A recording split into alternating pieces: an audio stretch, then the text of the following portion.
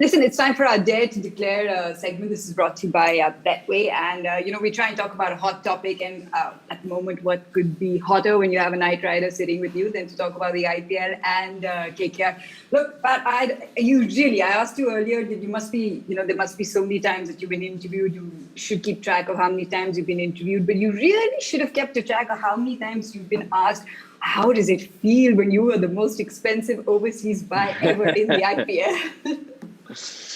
Yeah, that certainly got asked a few times, especially last year. I mean, crazy. It was awesome. The first thing I actually remember, well, my first memory that I got nostalgic with was when that happened. Was I remember watching the first IPL game. Brendan McCullum hit 150 odd or whatever it was, and I remember sitting at home, whatever it was, late at night or early in the morning, watching that and thinking, wow, imagine playing the IPL. This is these people go over there, playing in front of these crowds, get paid big money. That is just, how good would that be? And that was my first thought. I remember when I got picked up this year, back to that 12 or 13 years previous. But yeah, I mean, awesome. And what a great side as well. I played a couple of years with Kolkata a few years back. So as much as anything, pumped to team up with, the old crew. And then, new guys here like Brendan McCullum and Owen Morgan, who, I'd spent a bit of time with, but not a heap. Is there something as a pressure of a price tag, or does it come from outside forces who just keep talking about it? Commentators like Graeme, Swann, who just can't let it go, Oh. Presenters like myself, we just can't let it go, Yeah, 2 years on. I know. I mean, there's pressure whenever you play. I actually felt more of a... It wasn't. I felt like I had nothing to prove to anyone else. It was more just, I was like, Kolkata have spent this much money on me and invested it. I just really want to do well for them. Like, they've looked after me. They're backing me, so I just felt like a responsibility, more like a pressure, just really wanting to show them that it was the right call. So that was probably the pressure I put on myself as opposed to any outward pressure I felt. That's so there's really a big thing about it now, though, isn't there? Because Chris Morris has suddenly gone for. I mean, he's dwarfed everything before him.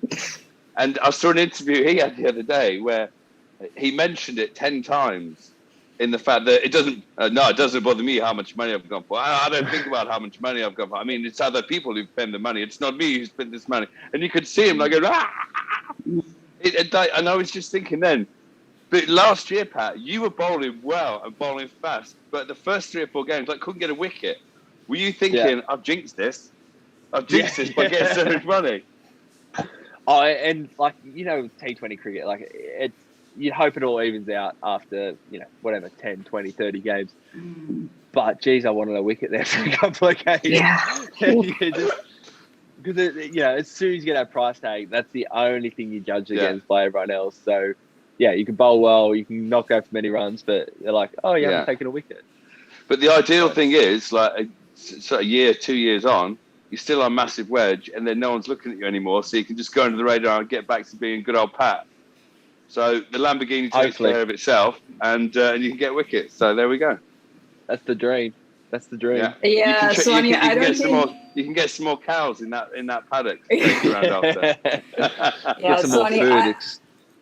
I don't think anyone is not looking at Pat Cummins. In fact, it's been interesting because was it the last game against MI? No, because last game against MI, they held them back, right? It was all spin in the beginning, whereas Pat Cummins had spin. Tell us about your team, Pat. Let's have a little bit of fun, okay? Because why not? Tell us a few secrets, because Swanny's just left us at the moment. So let's get it in before he returns. Who's the biggest teacher's pet? Or the biggest teacher's pet? Yeah. There's a couple. Spill names. You can't think about it. You just got to get it out there. Yeah, I know. Quick. Is, honestly, the team is so nice. Everyone's just way too nice. So there isn't. I don't think we do have a teacher's pet, but we've got some. So you don't have a Mike Hussey. Probably Rahul Tripathi, who bats at Rahul number 3. Tripathi. Yeah. He is always smiling, always happy. He's just the best person you can imagine. So I think we've all got a soft spot for him. Good answer. I was gonna. This one of the questions is Team DJ, but I'm just guessing that's Andre Russell. So Team GJ, yeah, Andre Russell, Nitish Rayner is likes his tunes. A couple of young guys, yeah, plugging their iPods. Thing is, if Andre Russell puts the song on, no one's going to turn it off, are they? You're not going to go, this is rubbish. Oh. I know. What about the biggest prankster in your team? And now you got Harbhajan Singh in your team, right? Yeah, see, I've only been out for a few days, so I haven't spent a lot of time with Badgie. Okay. Yeah, I mean, a couple of our coaches are pretty good. Yeah. We've got quite a lot of, quite a few Kiwi coaches here who they all, played a lot of cricket together. So that's quite good fun. Everyone, yeah. Dave Hussey's a batting coach. He gets picked on a bit. It's good fun to pick on. Dave Hussey is the greatest interviewee of all time. Like, pitch side interviews. Yeah. Last year, it was either Trevor Bayliss or Dave Hussey. Trevor Bayliss, who I've never seen a more reluctant interviewee in my life. Just like, you got Smarmy, you got people like Pommy Babang. So, now tell us what you're thinking about today's game. Yeah. I hope we win. Oh, is that all you've got? Yeah. But Dave Hussey, honestly, you'd ever try and see Dave Hussey do an interview without laughing, without giggling? He physically cannot do it. Yeah. But it's so true. Okay, Pat, now let's do a quick fire. Okay, now don't even think about it. Just the first thing that comes to mind. Don't be emotional, okay? Go for it. Who's going to win this tournament? The IPL. KKR. If not KKR, who's going to come second? Mumbai. Tournament MVP? Besides me, You can say you. I'll say Andre Russell. Okay, nice. Who's the most underrated player in this tournament? In India, we like to say Chupa Rustam, like he's hidden and just kind of shows up towards the end. Who will be the most underrated player? I like, I'm going mainly Kolkata plays here. I'm going to go Varun Chakravarti. There we go. Orange cap? I'll say Varun. No, Orange Cap's batting, isn't it? Yeah, batting. Yeah. I'll say Shubman Gill. Yeah, Shubman Gill. Okay, then purple cap, you can say Pat Cummins. It's all right. Okay, if it's not me, Varun.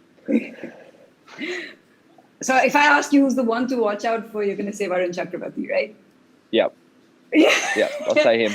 And since you have so many young players, especially in KKR, who's going to be the best young player of this tournament? Best young player of this tournament. I mean, Shubman's still really young. Yeah. But I mean, he's now played for India and, got, I wouldn't say he's young and experienced anymore. You know what I mean? Yeah, I'd say maybe PK. Would you still say Prasid? I think he's only played 1 or 2 games for India. Yeah. Still quite young. He's bowled well the first couple of games. So I'll say him. All Kolkata players I've mentioned. We're not shocked at all, Pat. Yeah. We like your loyalty. Swann, are you good with Pat's answers? I'm good. They were nearly all exactly the same as mine. Although mine had more of a Rajasthan tilt to it because I've declared myself a Rajasthan Royal super fan. I'm absolutely scared stupid now Stokesy's gone home. So KKR are definitely my second team because you've got Owen Morgan, the greatest captain in world history, because he turned England from possibly the worst one-day team I've ever seen, and that was the one I played in, into the world champions, all thanks to Morgie and Brendan McCullum. And the fact they've got Pat, who's possibly the nicest man in the world. So KKR all the way for me now. What about you, Swanee? When you just look at someone like Pat Cummins, what are you expecting from him in this tournament? I like to see you say it to Pat. For this tournament?